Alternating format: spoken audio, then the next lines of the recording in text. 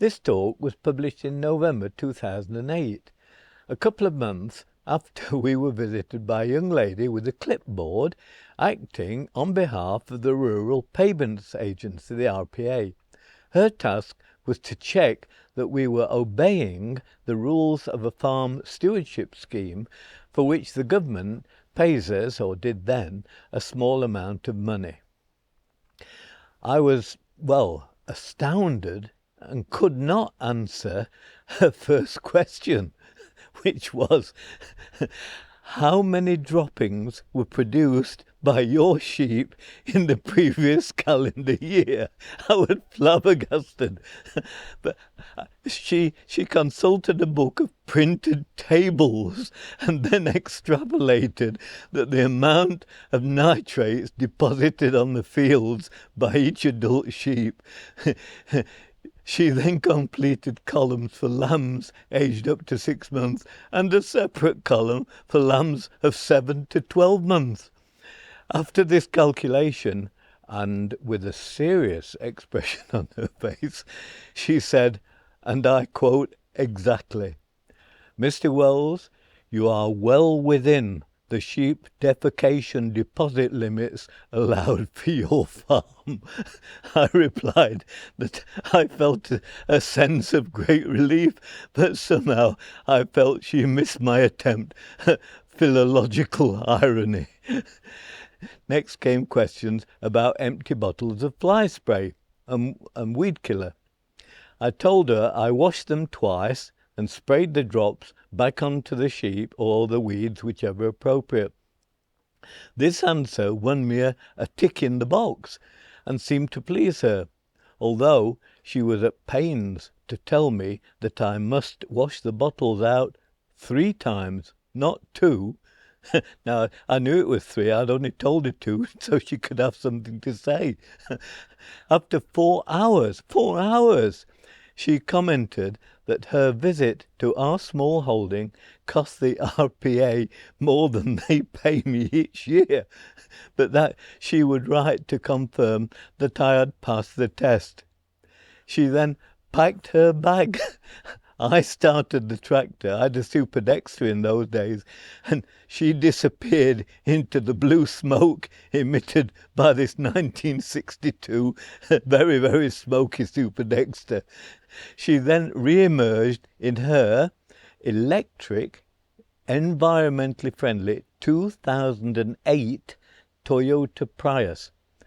And as she glided silently away, I mused on previous youthful experiences with officialdom.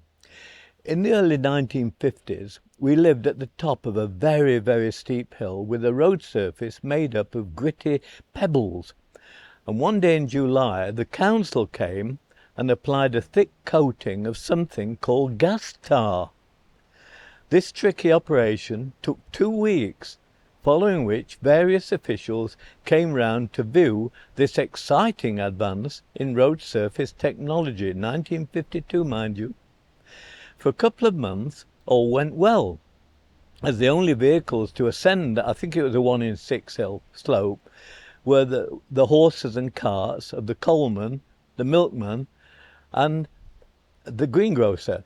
It was only later, however, that it became apparent that in executing this new advance in road making, the officials had failed to take into account a local custom of long standing and one which was to have serious consequences for their much publicised achievements.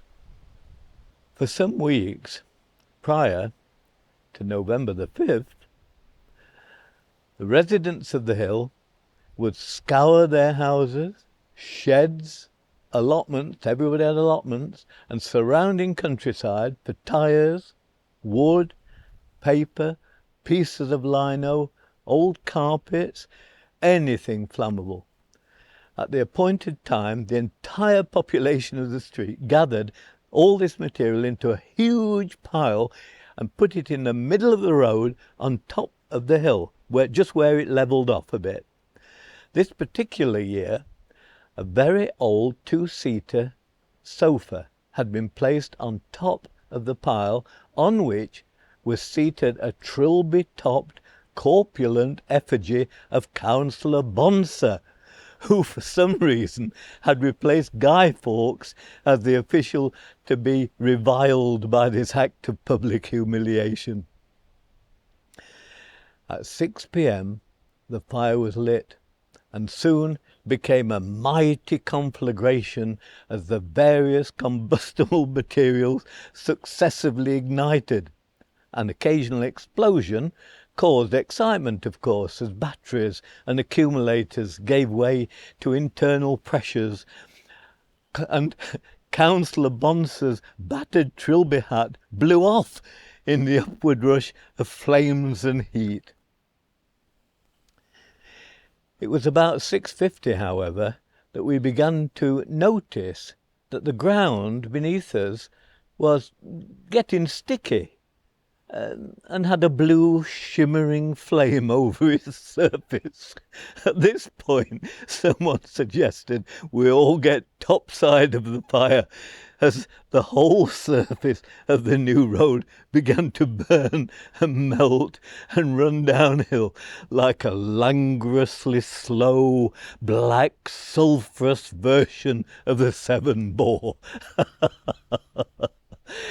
It was 2 days later that the fire was finally left itself to burn itself out, and 1952 also proved to be the last year at which the bonfire was held in the middle of the road. Councillor Bonsor, however, continued in office a little longer.